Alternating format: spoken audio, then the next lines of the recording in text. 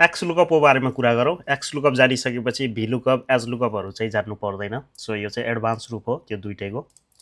So त्यसको लागि चाहिँ मैले यहाँनिर डेटा बनाएको छु। यहाँ मलाई चाहिँ नि मन्थ वाइज सेल्स दिइएको छ र यहाँनिर चाहिँ मलाई जनवरीको सेल्स निकाल्नु पर्ने छ। त्यो बेलामा मैले एक्स लुकअप, हाम्रो यो सिन्ट्याक्स यस्तो खालको हुने गर्छ र यसले लुकअप भ्यालु मागेको छ। यो हो जनवरी D14 भन्ने सेलमा भएको चिजको चाहिँ मलाई आउटपुट चाहिएको हो। कमा लुकअप एरे भन्छ। यसमा भिलुकअपमा जस्तो टेबल यसरी सिलेक्ट गर्नु पर्दैन।